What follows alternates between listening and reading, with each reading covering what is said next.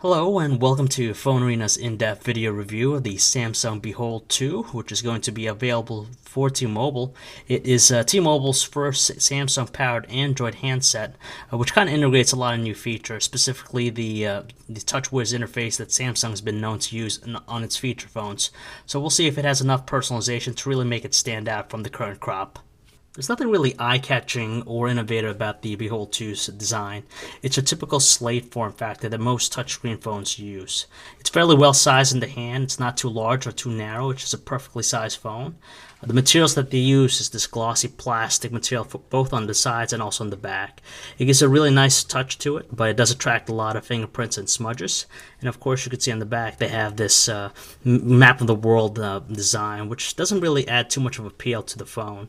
As we said, with the plastic materials, it does make the phone pretty lightweight. It's not that heavy in the hand and fits snug into your pockets without any problems. Now, one of the biggest features about the Behold 2 is its stunning 3.2-inch AMOLED display, which continues Samsung's trend of having high-quality screens on their devices, just like we've seen on the Samsung Rogue and even the Samsung Impression. For the most part, colors are rich, they have deep, vibrant tones, and in darkness, the phone really radiates. Unfortunately, though, if you have it in direct sunlight, you definitely lose a lot of clarity on screen. Right below the screen is, of course, the hardware buttons. There's actually a lot. Circular directional pad. They have really good tactile feel, and it's more of a plastic milled aluminum look to it. For the most part, as we said, it's very tactile, very easy to press. On the left-hand side, you have your volume rocker, and on the right side, you have your lock-unlock button, which is flush to the surface, and of course your shutter key, which has two-level press. And on the top, you have your luckily standard 3.5mm headset jack, and of course your micro USB port for charging connected PC. On the back, you have your 5-megapixel camera with LED flash, and on the right side, you have your speakerphone.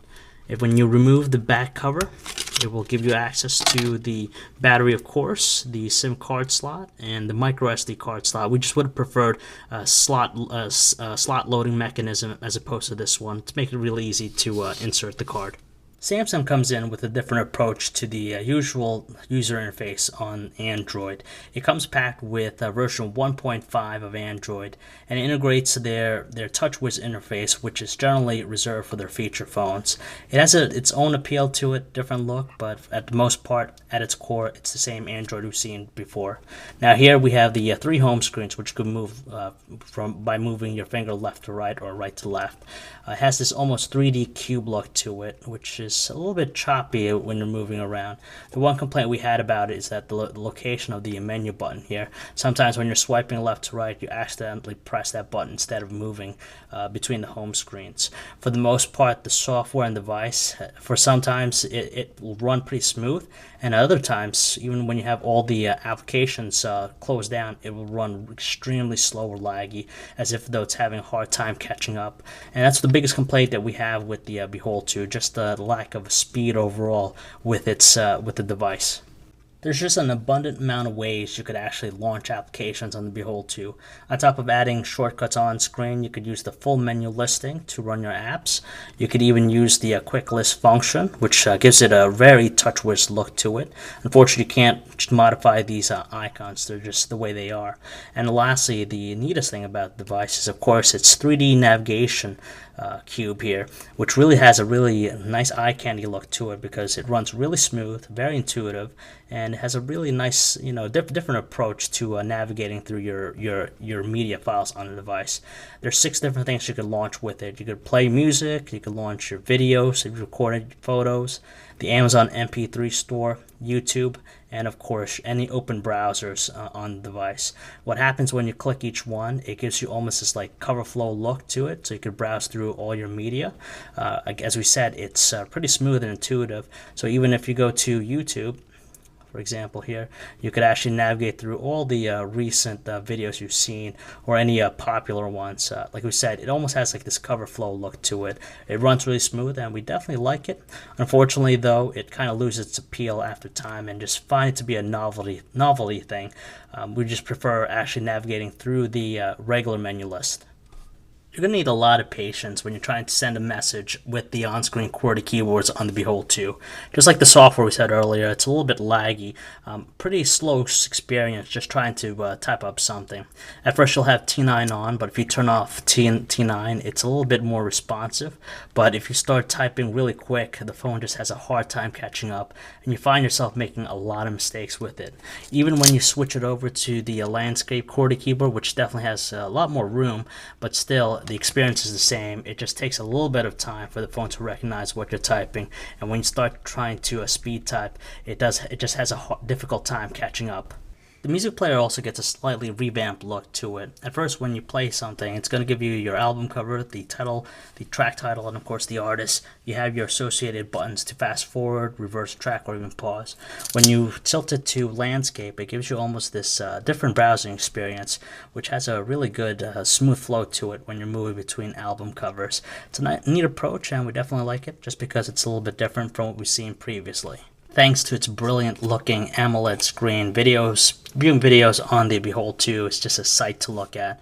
Colors are really sharp, they have great tones to it, and also they run pretty smooth. There wasn't any instance when we ran this music video, either in portrait or even in landscape mode, that it ran perfectly fine. It's very suitable, especially with the screen size it has. We managed to get a decent, tolerable web browsing experience out of the Behold 2. Unfortunately, though, when we were on 3G speeds, we did notice that it took roughly a minute and a half to load up complex websites like ours. When we jumped on Wi-Fi, we noticed that it took a little bit longer than other phones as well. But once it's fully loaded, you could scroll. Unfortunately, the way to zoom in, you had to press the associated buttons. But you do get the zoomed-in view first. If you press the bottom right button here, it'll give you a page overview of the site, and you can move around the window to a specified portion. For the most part, it's pretty intuitive and it's pretty responsive. When you let go, it actually zooms into that portion. It's a nice touch, and as you said, it's pretty decent browsing experience. The camera application is similar to other feature phones that are powered with TouchWiz. There's a lot of different options and even modes and effects that you can utilize to make the shot come out really well. Now, as far as picture quality goes, it was pretty decent. Pretty detailed. Colors look pretty good. Even in the dark, when using the LED flash, it does a pretty good job of illuminating the shot.